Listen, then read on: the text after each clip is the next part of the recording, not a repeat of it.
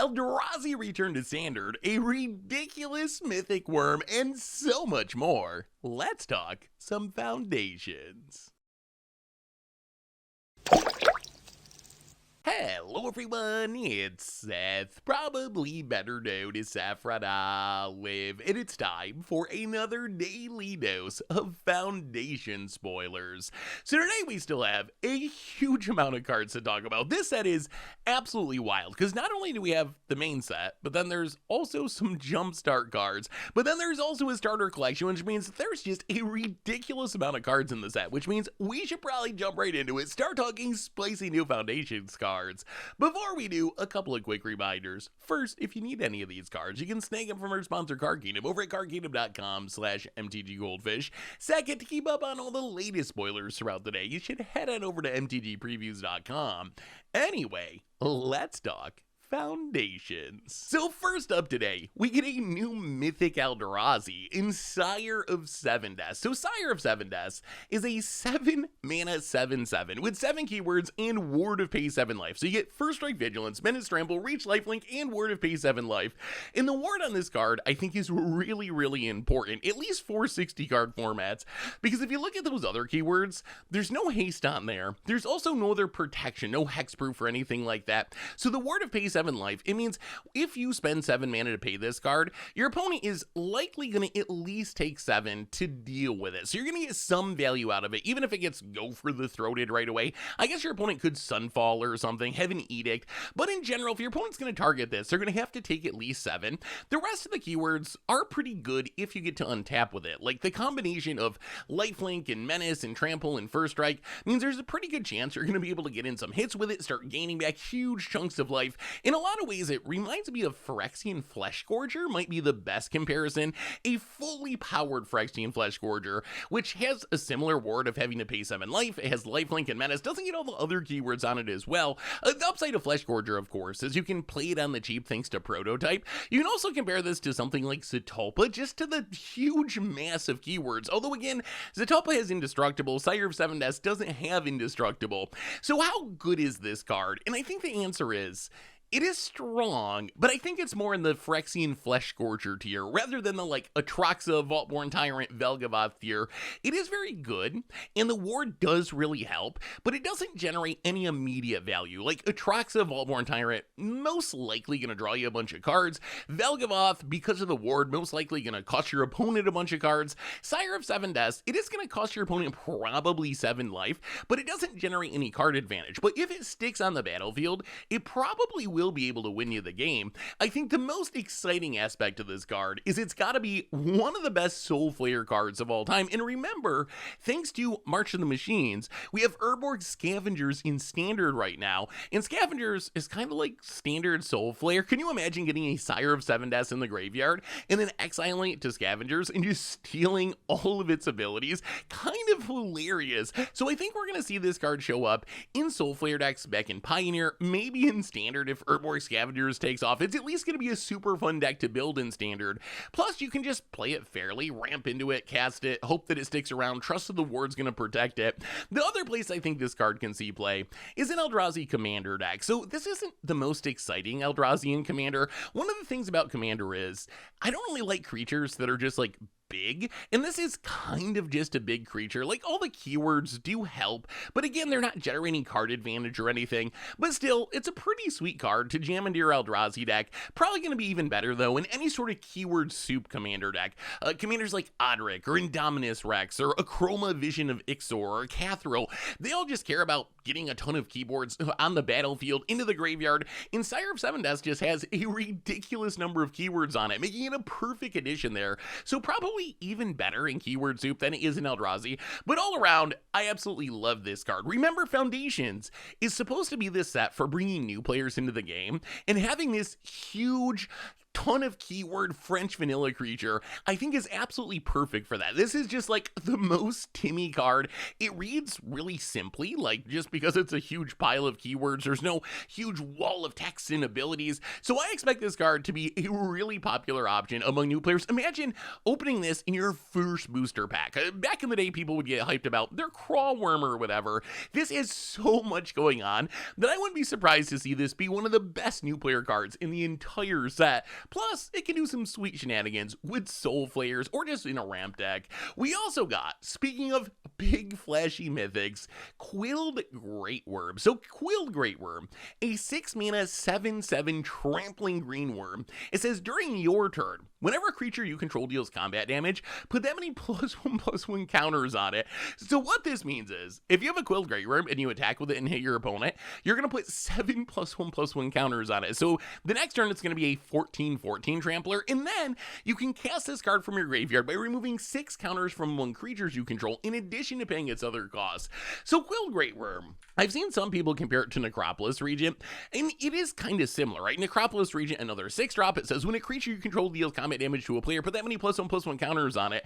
But there's one huge difference here. If you read Quilled Greatwurm closely, it doesn't say combat damage to a player, it just says combat damage, which means if your opponent chump blocks this, you're still going to get all those counters on it, and you're still going to grow it, and this is true of any of your creatures. So what this really is, it's kind of like a reverse vigor, might be the best way to think about it, mixed with a combat damage trigger that works like Umezawa's Jide. Part of the power of Jide is that even if your opponent blocked your creature, you're still getting the charge counters on it. The same is going to be true of Quilled Greatwurm and your creatures with it on the battlefield. And this card is just going to make your creatures really, really big. Like if you can just build a big board of green creatures, of Thruns and Colossal Rattlewurms and X-Beam Feryxes, and slam a Quilled Greatwurm and attack, your creatures are just going to spiral out of control really, really quickly. Thrun might be the best creature with this since it's indestructible during your turn, so you can attack with it. If your opponent blocks it, you get a bunch of counters. If they don't block it, you hit your opponent and still get a bunch of counters. So it'll be interesting to see if some sort of green deck can actually make its way in Standard thanks to the power of Quilled Greatwurm. There's also other shenanigans with this card with the second ability. So the second ability to cast this from your graveyard by removing 6 counters from among creatures you control looks like mostly a downside, right? I think the way this is intended to be played is you like play the Greatwurm and you like get some counters on things. Eventually the Greatwurm dries. Then you can remove some of your +1/+1 counters to cast it and get it back on the battlefield. But there's cards like Thing in the Ice, let's say, Unstoppable Slasher, that actively want counters to be removed from them. So maybe we could build a deck where removing stun counters or ice counters from Thing in the Ice is actually an upside and not shrinking your creatures, but actually making your creatures better. It also, if you want to go really deep, can do some funny things with like Dark Depths. So the problem here is it can only remove counters from creatures you control. But imagine if you have a Dark Depths with a bunch of ice counters on it, but you animate it with a Nissa or some other effects to turn it into a creature. Then you can use Colossal Greatwurm to remove all the ice counters or a bunch of those ice counters and help rush toward Merit Lage while also being able to get your Greatwurm back on the battlefield. So not that this is like the most competitive plan, but it does seem like it could be pretty funny. As far as Commander is concerned, obvious staple in Bear Wurmspeaker, like Bear Wurmspeaker just wants every good worm, and there's like 5 of them in Magic or something. So now we have 6 good worms in Magic, but it's going to be a big boost of power just to have another really solid worm. So I think it's obviously going to be great there. Also seems really good in +1/+1 counter decks. Lannis Genetics Expert, Shalayan Halar, Skullbriar. These decks kind of seem built for Quilled Greatwurm, where you just want to put a ton of counters on your things to grow your team more and deal damage and have this massive commander. Plus, in a deck that's built around +1/+1 counters, it's going to be even easier to be able to cast Quilled Greatwurm from your graveyard, kind of giving a weird form of protection where, yeah, if it dies, like, sure, that's kind of a bummer, but you can always spend 6 mana and remove some counters to get it back on the battlefield and start building up counters again. There's also a lot of cards that just get a lot of counters really, really quickly. They're probably going to be playing in those decks, right? Forgotten Agent, Mana Gorger Hydra, just getting counters whenever you cast a spell, Colonian Hydra, doubling up up your counters, all interact really well with Quilled Greatwurm too, not only giving you a ton of counters to be able to cast it from the graveyard, but the bigger your creatures get, the more counters they're gonna get when you have Quilled Greatwurm on the battlefield and they deal damage. So it seems like this card should be really solid in +1/+1 counter decks. Also pretty cute with Dolem's Gate. I know it's not a legend, so you can't really build your deck around Quilled Greatwurm, but still Dolem's Gate prevents all combat damage would be out to attacking creatures. If you can do that, you sort of turn Quilled Greatwurm into a Vigor almost, where the damage is being prevented, and you can just swing with your entire team, regardless of how your opponent's blocks are, because remember, your creatures do have to stick on the battlefield. If they actually trade off during combat damage, then Quilled Greatwurm's ability doesn't work, but with Dolem's Gate, you're free to swing your entire team every turn. If they hit your opponent, awesome, you deal a bunch of damage and you get a bunch of counters. If your opponent blocks your stuff, awesome, you get a bunch of counters, and now your team's going to be even bigger next turn to hopefully be able to get in that damage eventually and win the game. It's also pretty funny with like Indestructible and like a lure effect where you just load up your Quilled Greatwurm, attack your opponent, they have to block with all their stuff, you get a ridiculous amount of counters, plus your Quilled Greatwurm isn't going to die thanks to Mithril Scope. So I gotta say, I absolutely love this card. I'm not convinced it's going to be like a standard staple, but it seems like such a fun card. I've always loved playing with Vigor, and this is kind of like a weird reverse Vigor almost that should be able to do some really hilarious things in Commander,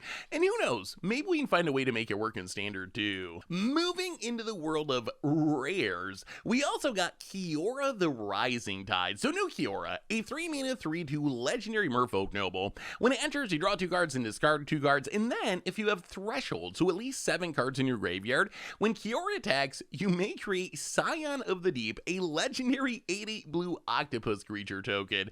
So Kiora, kind of an interesting card. It on level 1 is kind of a Steam Core Scholar or Champion of Wits, this 3-drop that double loots when it enters the battlefield, which is actually a pretty powerful effect, especially combined with the Threshold ability. So if you're looking to fill your graveyard with reanimation targets, turn on Threshold, or just filter through your deck, get rid of extra lands, or hit your land drops, whatever you're looking to do, Kiora's got a fine ETB trigger. And then if you ever actually turn it on and start making legendary 8/8s, it can take over the game, which is a nice effect for a 3-drop. I think as far as Standard is concerned, it's probably a Merfolk card. It's going to be interesting to see if, thanks to these new additions from Foundations, Merfolk can actually be a deck.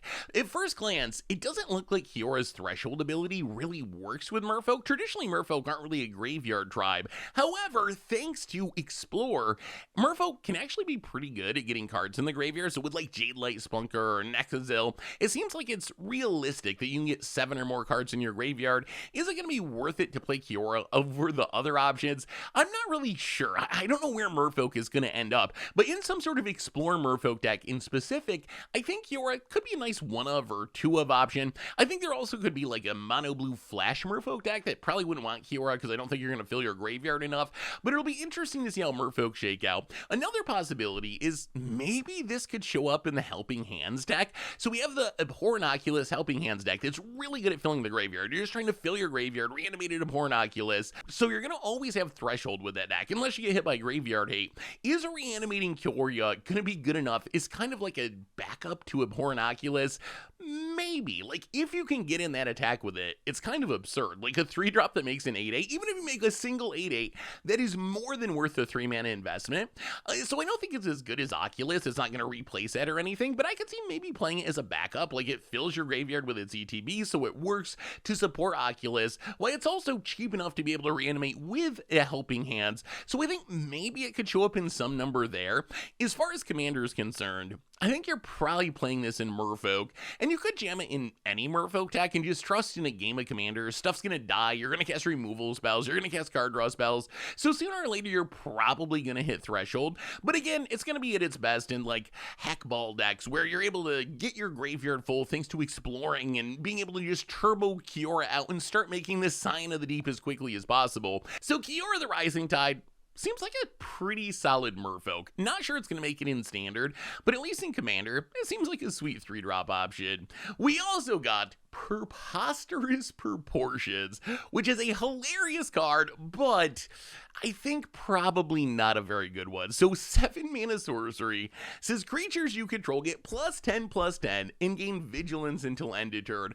So obviously this adds an absurd amount of power to the battlefield. +10/+10 is a huge amount of power. The thing is, most of the time with these huge mass buff effects, you really want trample. Like granting evasion is kind of the biggest thing, to the point where we also are getting overrun in Foundations, and I'm not sure Preposterous Proportions is better than overrun in most decks. I think in most decks, I'd rather have +3/+3 in trample than +10/+10 in vigilance, just because trample lets me get through my opponent's blockers and close out the game. The problem with not giving trample is, yeah, you can make your creatures into 11/11s, 15/15s, 20/20s with Preposterous Proportions, but they all still just get blocked by random 1/1s. So if it's gonna work, you're gonna have to like go super wide and essentially get around your opponent's team. But if you're going super wide, are you gonna want to play a 7 mana sorcery? So I'm guessing this card is probably not good in 60 card formats. On the other hand, in Commander, you kind of suffer from the same problem. Like, is this better than just casting a Craterhoof Behemoth or whatever? Probably not. Although if I squint really hard, I can maybe make an argument that this is like a green Wrath, where you build a board of creatures, then you cast Preposterous Proportions. All your creatures are going to be big enough that your opponent's going to have to block them, and they're so big that you're going to likely just kill all your opponent's creatures. And green is pretty hard up for Wrath, so you get like Azorius Predation, and that's pretty much it. Is that better than just straight up killing your opponent with a Craterhoof or something? Maybe not, but it could still have uses. So if this card's going to work in Standard, I think it's got to be some sort of token deck, because if you're giving your entire team +10/+10, what this really means is you need 2 more creatures than your opponent has blockers, and this should win you the game. So maybe there's some deck where you're just going super wide with Haptuits and Song of Tanzans and just trying to make this huge board of small tokens and sort of just going around your opponent's blockers. Again, 7 mana is so much for a deck like this that it might be a little bit Magical Christmas Land, but that's where I could see it working. As I mentioned before, in Commander, I think you just play Craterhoof or Triumph of the Hordes or Overwhelming Stampede or whatever, like any of the big creature buffs that also give trample. But I don't know, the card's pretty cute. Seeing these huge squirrels trampling over a city is pretty funny, so maybe it'll be better than I think. We also got Celestial Armor. So 3 mana equipment. It's an artifact. It has flash. It says when it enters, attach it to a creature you control, and that creature gains hexproof and indestructible until end of turn. And then equipped creature gets +2/+0 when it has flying, and then it equips for 4 mana. So Celestial Armor, it's kind of a protection spell mixed with a kite sail. I'm a little concerned that it's kind of expensive. Like, if you just want to give one of your things hexproof and indestructible until end of turn, you can do that with 1 mana, with something like Tamiyo Safekeeping. This is going to require you to leave up 3 mana, which is kind of a big ask. It is nice that you're going to get +2/+0 in flying, kind of like the souped up kite sail ability permanently, but still, it's a lot of mana to move around, so I'm just worried that it's a little too much to leave up in 60 card formats, and then once it's on the battlefield, its protection wears off after a turn, and all you're left with is +2/+0 in flying, so I'm guessing it's probably not quite there just because it's too much mana. On the other hand, we do have cards in Standard that want us to play a lot of equipments, right? Mabels and Nahiris. So maybe this could be part of an equipment deck if you're built around a very important creature. Like, you really need to keep Mabel around, or you really want to keep Nahiri around. This is a way to fizzle removal spell, even if it isn't especially efficient. And then flying does give your big threat evasion, so you can kind of Voltron it up, maybe kill your opponent in just a couple of big attacks. In Commander, I think this is kind of like bad Mithril Coat. So the upside of Mithril Coat, it is 3 mana to flash in. It only gives indestructible, so it doesn't give hexproof.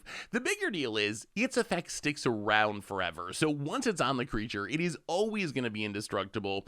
But Mithril Coat is kind of a staple, and it's 3 mana to leave up anyway. So I think that if it can see a heavy amount of play, Celestial Armor can probably see play too. And some sort of like Arna Kenrid, Sir Gwyn, Dogmeat, some sort of like equipment Voltron-y style deck, where sure, maybe it's not super efficient to leave up 3 mana to fizzle a removal spell, but once you do, it's going to be worth it, and then the flying is really, really nice compared to something like Mithril Co, where this sticks around and just sends your Voltron-y commander to the air to kill your opponent in just a couple attacks. So Celestial Armor, probably a bit steep for Standard or Modern, but in Commander, I think this card can be really, really solid at equipment decks. We also got Soul Weaver, a new Spider Spirit. It's a 3-mana 4/3 Reacher. This is whenever another non-token creature you control dies, you may reveal cards from the top of your library until you reveal a creature card. Put that card in your hand, the rest go on the bottom of your library in a random order. So essentially, whenever one of your creatures dies, non-token creatures, you replace it with another creature, which seems pretty powerful. Sadly, it doesn't trigger on itself. If it triggered on itself, it would be a very solid card, I think, because then it would replace itself. Since it doesn't trigger on itself, I think it could still be good in some sort of aristocrat style decks. In some ways, it's kind of like green Midnight Reaper. Midnight Reaper draws a card whenever a non-token creature dies, plus you gotta take a damage, and it's also a 3-drop. Soul Weaver, it has some upsides, right? You're not taking any damage, and you're guaranteed to draw a creature, so if you know you just want to draw more creatures to keep your sack loop going, Soul Weaver might actually just be better than Midnight Reaper, plus you get a better body out of the deal. So we'll have to wait and see. We do have a lot of pieces for some sort of sack deck. We got Bart, we got Vengeful Blood Witch entering the format as a Blood Artist effect. The question's going to be, is it worth going into green for Soul Weaver? Midnight Reaper, even though it might be a worse version of the effect in some ways, it isn't the right color. So is it worth it to go into Abzan in your sack deck to play Soul Weaver as your card advantage engine, rather than playing the arguably slightly worse but on-color Midnight Reaper? That's going to be the question. We're going to have to wait and see. That said, we do have some sacrifice stuff that isn't green in standard, like Egret, Eater of All, Camilla the Seed Miser, so maybe we have some sort of like Golgari-based sack deck, so we'll have to wait and see how it shakes out, but I do feel like this can be a really good engine piece in some sort of aristocrat sacrifice style deck, where as you're sacking your stuff, you're just finding more creatures, and then you can sacrifice to find even more creatures, and eventually drain your opponent out of the game. The bad news here, it's pretty weak to Sunfall. I know that's true of most cool things in standard, that a Sunfall's just gonna get you, but Sunfall gets Soul Weaver pretty good because it just exiles everything so you don't get any triggers, and then your spider's gone too. In Commander, I feel like this is probably worth considering in a lot of casual sack decks. If you're playing like fully powered Corvold, maybe you don't really need this, maybe it's just like a little too slow, but if you're playing a more like medium power sacrifice deck like Igra or Marin or Camilla, I think this is just a really nice card advantage engine where you play this, you're sacrificing stuff anyway, and this is just going to keep churning through your deck, finding you more creatures, which makes it a really solid option. So Soul Weaver seems like a solid card. I do wish it triggered on itself. That would make it a great card, but even without that, I still think this is a card that can generate a ton of value in sack decks. We also got Banner of Kinship. So Banner of Kinship, a 5-mana artifact. When it enters, you choose a creature type. The artifact enters with a fellowship counter for each creature you control of that type, and then creatures you control of the chosen type get +1/+1 for each fellowship counter on this artifact. So as soon as I saw this, my first thought is, this is kind of a fixed Coat of Arms, or maybe a better Coat of Arms. Coat of Arms gives each creature +1/+1 for each other creature in play that shares a creature type with it. So the twist here is, Banner of Kinship only triggers based on how many creatures you have on the battlefield the turn it comes into play. So if you don't have a board, you kind of can't even play this card, because you can't do what you do with Coat of Arms, which you could play it and then play more creatures later to power it up. There is a huge upside though, which is Coat of Arms also pumps your opponent's creatures. So sometimes you play Coat of Arms and then get fogged or something, and your opponents just kill you with a huge amount of power that you gave them. Another comparison, kind of like Door of Destinies, but it's kind of the same issue. Door of Destinies, you can play it, you choose a creature type, and then as you play creatures of that type, it gets counters, and then that grows all your creatures. A Banner of Kinship, again, is kind of like the reverse of that. Door of Destinies, you can play with 0 creatures, and then play a bunch of creatures to power it up. It's actually better to play it before your creatures. Banner of Kinship wants you to play it after you've already built a big board of creatures, but I think this card is going to be very, very good, because if you know how to play with an effect like Coat of Arms, or an effect like Door of Destinies, you often want to wait until you set up like this lethal board state, and then you drop your banner, you drop your Coat of Arms, and just one-shot kill someone out of the blue, and I think you can do the same thing with Banner of Kinship. So can this card actually be good in Standard? And the answer is, I'm not really sure. We do have all the tribes from Bloomburrow, and some of them, like rabbits, are really good at going wide. I could see this being a pretty solid finisher there, or we're getting like cat support, which also goes really wide and has tokens going on from foundations, or lizards is pretty good at flooding the board. So I could see you playing this as like a finisher in those decks. Is it going to be worth it? Do you even need it? Is it just a win more card? maybe, but it still is going to get the job done. I think where this is really going to shine is in Commander, though. In Commander, I think pretty much any go-wide tribal deck that's just going to flood the board with a bunch of creatures of one type is going to want to play this card. Coat of Arms is kind of, for me, a tribal staple. If I'm playing a deck that's going wide with a whole bunch of creatures of the same type, I'm going to play Coat of Arms pretty much every time as one of my finishers, and I really like that this is almost Coat of Arms, but without the risk of accidentally killing myself if things go wrong by buffing my opponent's creatures. So decks like Slivers, or Knights, or Cats, or Humans, I think this is at least worth considering, and it might actually end up being a staple in those decks. So Banner of Kinship, the card's really good. It's just a really solid card for tribal decks, and it gets rid of a lot of the risk that's involved with older versions of the effect like Coat of Arms. Speaking of card draw for sack decks, we also got High Society Hunter. So a 5 mana 5/3 Vampire Noble with flying. It says when this creature attacks, you can sack another creature. If you do, put a +1/+1 counter on it, and then whenever another non-token creature dies, draw a card. So it's High Society Hunter. It seems reasonable, right? A 5 mana 5/3 flyer is not bad, and then if you're sacrificing stuff, you're going to generate a ton of card advantage, plus it can let you sack one thing a turn to its ability and grow itself to get an even more damage in the air.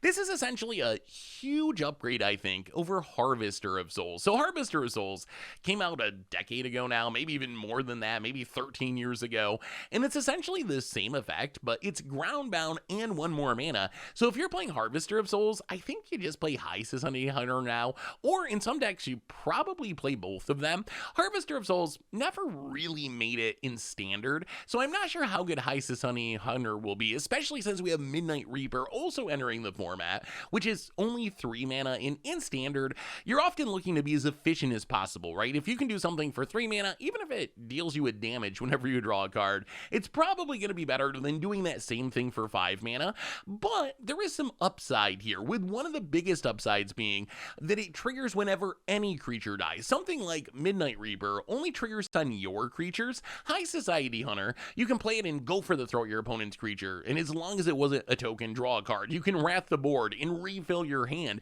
So it is really nice that this isn't just a combo piece for your Aristocrat deck, your Sacrifice deck, but it can also be this weird kind of control card where you generate value out of killing your opponent's creatures. I think as far as Commander is concerned, you basically play this like you would Harvester of Souls. So Hirobi Deathwhale, Chevelle Bane of Monsters, Massacre Girl, any deck that's just all about killing stuff repeatedly, this is probably in the conversation at least, is a source of card advantage, but there's also a big upside here, which is it's also a vampire, and I think this is a card that you can play in any vampire deck and just trust that it's Commander. Stuff's going to trade off, there's going to be Wrathcast, and this is going to draw you cards as stuff is dying.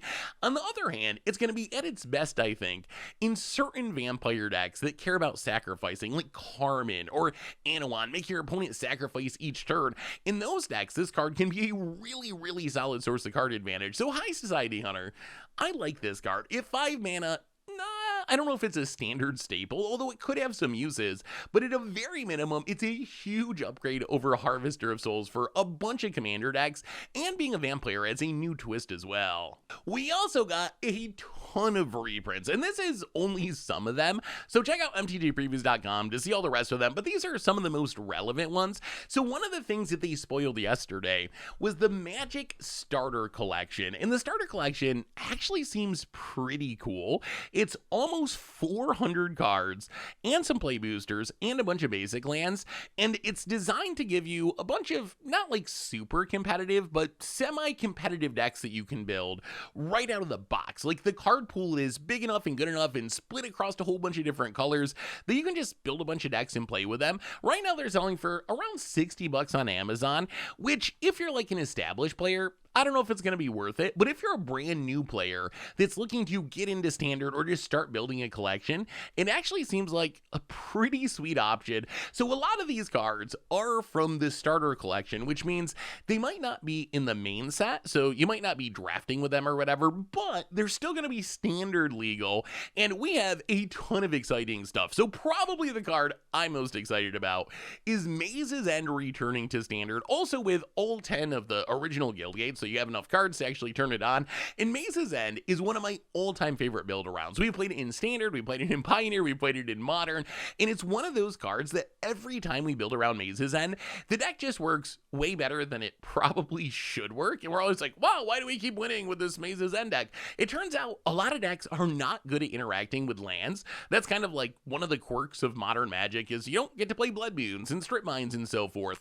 So there's a lot of decks that just really can't interact with the Maze's End kill, and I feel like our current Standard might just be primed for Maze's End to be busted, because we have so many ways that we can ramp non-basic lands on the battlefield. We got Splunking to let Maze's End come into play on tap so we can activate it right away. We got Clifftop Lookouts and Head Shredders and Almond Pest Dirties and Fecund Green Shells and Open the Ways and Lumra. So there's so many ways to mass ramp and put these gates into play that I would not be surprised if we can build a really solid Maze's End deck in Standard. And this is one of the decks that I'm most excited to try to build as soon as possible once Foundation drops. So super hyped to have Maze's End back. We also got the return of Massacre Wurm, which has traditionally been playable pretty much every time it's been in Standard. Works really well with Massacre Girl Known Killer. We're able to take and wrath a bunch of things and hopefully shrink their toughness enough to draw a bunch of cards. Aurelia the Warleader. This one, I'm not sure about anymore. Back when it was first in Standard like a decade ago, it was actually a very playable card in like a big Boros deck where you just kind of like played Boros midrange and this was your finisher. It'd come down with haste, give you extra combats, hopefully kill your opponent on the spot. And we do have some good pieces for this. Like it works really well with Dragonhawk Fake Stepis, which wants you to just tack a bunch to exile a bunch of cards and deal a bunch of damage or cast those cards. So maybe we can have some sort of like big Boros deck, kind of like we did back in the old days, but it is a 6 mana 3/4, so its stats aren't really that great. So it's going to be interesting to see if Aurelia is a card that can hold up in 2024, but it's at least worth remembering that this card is in Standard, because I could see it forming a pretty sweet deck. We also get Angelic Destiny, and this one I think might actually be pretty good. So Angelic Destiny, it's a 4 mana aura that gives enchanted creature flying first strike, +4/+4, and turns into an angel, and then when an enchanted creature dies, you return it to its owner's hand. So it kind of works like an expensive rancor.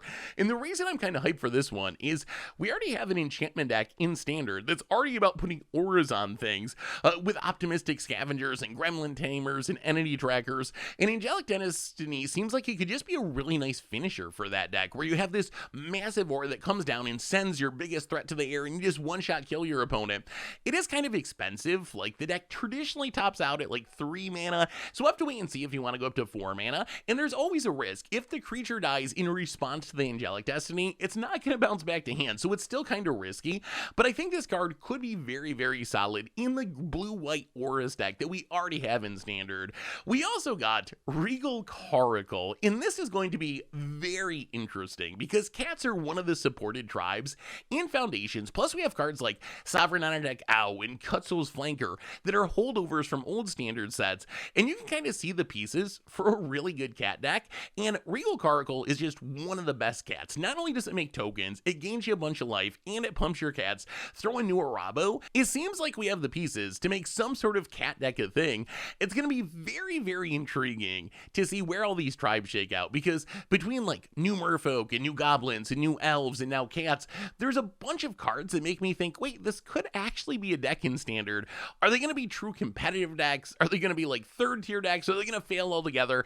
It's going to take a lot of testing to figure it out, but I think we have enough cats that we can build a cat deck that can pick up a decent amount of wins, with Regal Caracal being a big part of it working. We also got Rite of Replication, and Rite of Replication is not traditionally a Standard playable card. For 4 mana you copy something, for 9 mana you get 5 copies of that something, but it seems so much fun with Doppelgang. We were talking yesterday about Doppelgang plus Doubling Season. Toss Rite of Replication into the mix, and we will have a deck that will probably be horrible, but when it works, it is going to generate so much value and so many tokens. It just seems absolutely hilarious. So expect this deck to be coming soon. I don't think Rite of Replication is going to be good, because again, this is another one of those cards. The problem with the card is you spend 9 mana and go to copy something, and your opponent goes for the throats in response, and you get nothing out of it. At least with Doppelgang, you can target non-creature permanents, which are a lot harder to kill in response. So that's the big problem in Rite of Replication that probably keeps it as a commander staple rather than a standard card. But I do think we can build a hilarious Simic deck by jamming all these cards together. We also got Tempest Djinn, which not that long ago was a staple of the Curious Obsession mono blue deck in standard, where you just play an all island mana base, it gets super big, you smash in for the air, try to counter all your opponent's stuff. We'll have to wait and see. Right now, probably the closest comparison is the Helping Hands of Harnoculus deck. Is this going to be better than that? Maybe not, although it is nice that it doesn't care about the graveyard, and it is worth mentioning that we do have some really good counters right now. Between Phantom Interference and 3 Steps Ahead, we have counters that do more than just counter things while also being efficient counters, so that's a vote in favor of something like Tempest Djinn working out. On the other hand, it might just be that the other options are better, and being restricted to basically playing all basic islands, maybe that's too much of a deal breaker when you can get more value by splashing into a second color, but worth keeping in mind at least for some sort of mono blue deck. We also have Harbinger of Tides, and a while ago we were talking about what will Merfolk look like post Foundations, and I'm pretty sure the most competitive version of Merfolk is going to be some sort of Flash Merfolk deck. Now we have Harbinger of Tides to bounce tap creatures with Flash. We have Floodpit Drowner, which we can also flash in. It works like a Merfolk Trickster. We have Voldaren Hexcatcher is a weird Flash counterspell Merfolk Lord. When you mash all this together, I feel like some sort of Merfolk tempo deck might be really, really solid. So if you look at modern Merfolk, it's usually all about just like stacking up as many lords as possible and hoping for the best. But I'm imagining this deck is going to play more like a weird fairies deck or a mono blue tempo deck where you're not playing as many Merfolk, you're not playing as many lords, but you're playing almost all instant speed and just flashing stuff in, being able to bounce your opponent's stuff, counter your opponent's stuff, and add pressure to the battlefield at the same time. So I think some sort of Flash Merfolk deck, thanks to Harbinger, combined with the old Merfolk, could end up being a very solid option. We also got Desecration Demon, and this is another card. If you've been playing Magic for a while, you will definitely remember the domination of Mono Black Devotion with Desecration Demon in Pack Rat back, oh my god, 2014 or something like that. And at first I was like, okay, so Desecration Demon, I don't know if it's good enough anymore. We got Archfiend of the Dross, which is just a 4-mana 6/6 flyer straight up. There's no way your opponent can just sacrifice something to tap it down. But then I remembered Unholy Annex is kind of busted, so maybe we just have a straight up demon deck that plays Archfiend of the Dross and Desecration Demon and Unholy Annex to be able to generate card advantage and make even more demons. So Mono Black Demons actually looking pretty solid, and Desecration Demon still has big enough stats that maybe it's still pretty playable even a decade after it was first released. Speaking of old cards that I'm hyped for, Gatekeeper of Malakir, I still think is a really good card. Just double black for a 2/2, except you can kick it for 1 more black, and if you do, target player sacks a creature with its ETB. So Gatekeeper of Malakir, it is a lot of black mana, so that is a concern. Are we going to be able to play Ingelgary? Are we going to be able to play it in Dimir? It's going to depend on the mana base, but we do have mono black decks, and in a deck like that, I feel like a 3-mana Edict that leaves behind a 2/2 is probably still good enough for standard. So another card that I think, because standard's so black heavy, is probably going to end up having a home. We also got Viashino Pyromancer, which is a mono red burn card that has been playable all the way back to Pioneer at a minimum, and we've even played it in Modern in some budget decks, just dealing 2 damage when it ETBs and leaving behind a body.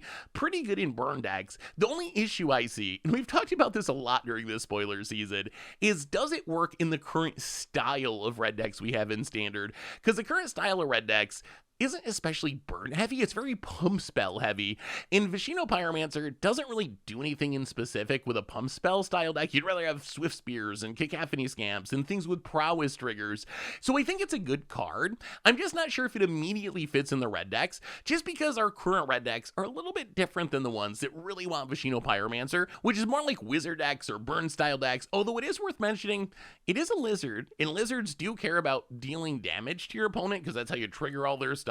So I don't know, maybe you can sneak into the lizard deck at least. We also got, speaking of tribal stuff, another Elf Lord in Imperious Perfect, and at this point, I'm convinced elves are going to be a thing. I don't know if they're a good thing, because Sunfall still exists, and there's a lot of removal, but if you were to tell me that we have Leaf Crown Visionary, Elvish Archdruid, Imperious Perfect, and Land and World Elves all in Standard, that's already like half of building a modern playable elf deck, so I gotta think that there's enough juice here to make this work. Maybe it just turns out that because of all the sweepers, because of temporary lockdowns, because of Sunfalls, maybe just flooding the board with elves and elf balling isn't going to be good enough, but good lord do we have some of the best elf lords in all of Magic all coming into Standard at the same time, so elves are going to be at least worth trying, and they might actually be pretty good. We also got Wilt-Leaf Liege, and I'm really hyped for this one. Wilt-Leaf Liege is a 4-mana Selesnya 4/4 that pumps other green creatures and other white creatures +1/+1. So if you have a Selesnya creature that's like hybrid or whatever, it's going to get +2/+2, and then it has Obstinate Baloth's ability, where if your opponent causes you discard it, you get to put it on the battlefield, and that's the thing I'm most excited about. Obstinate Baloth has been a card that I've played in Standard quite a bit in sideboards, because discard's pretty popular. Liliana's around, Bandit's Talent's a thing. So this gives us 2 different cards that are just absolutely going to wreck the discard decks. So I kind of just want to build a deck with both of them and hopefully play against discard and just get to put all of our things into play for free. It will be so hilarious. In the other matchups, it's not going to be nearly as good if we have to hard cast the things, but still, 4-mana 4/4 that can potentially double Anthem your team doesn't seem that bad, even in 2024. We also got Primal Might, and Primal Might, really good last time it was in Standard, just a green and X fight spell that also can pump the creature that you target +X/+X. So you can cast it for 1 mana just to fight something, or in the late game, you dump all your mana into it, hopefully target a Trampler or whatever, like a Colossal Rat or Worm or a Bloated Contaminator, smash your opponent for a huge attack and win the game. Again, green just hasn't been very good in Standard, but you're seeing more and more pieces to make some sort of mono green stompy deck work, and I think Primal Might could be one of the missing pieces, although again, Sunfall's just such a huge problem. But discounting Sunfall, Primal Might, really big upgrade for mono green. Finally, we got Mazemind Tome, which is kind of Reckoner Bankbuster at home, just a 2-mana artifact that draws you cards, generates card advantage, and this one still sees a bit of play back to like Pioneer and Modern, and I think if you're looking for just a 2-drop that's going to generate some card advantage, generate some card selection, eventually gain you some life in our pretty grindy mid-rangey Standard format, I think we'll be seeing a lot of Mazemind Tomes either in the main deck or in sideboards, just as a way to generate some extra card advantage. Anyway, that brings us to the end of our daily Foundation spoilers for today. So what's your favorite card from the day? What are you thinking about this set? What are you picking up? Let me know in the comments. Thanks for watching, everyone. I hope you enjoy it, and I'll be back tomorrow with even more Foundation spoilers. So until then, everyone, have an amazing day, and I will talk to you soon. Looking for even more Magic? We can find yesterday's spoiler video here, or maybe the video about the best 300 IQ plays in the history of Magic the Gathering.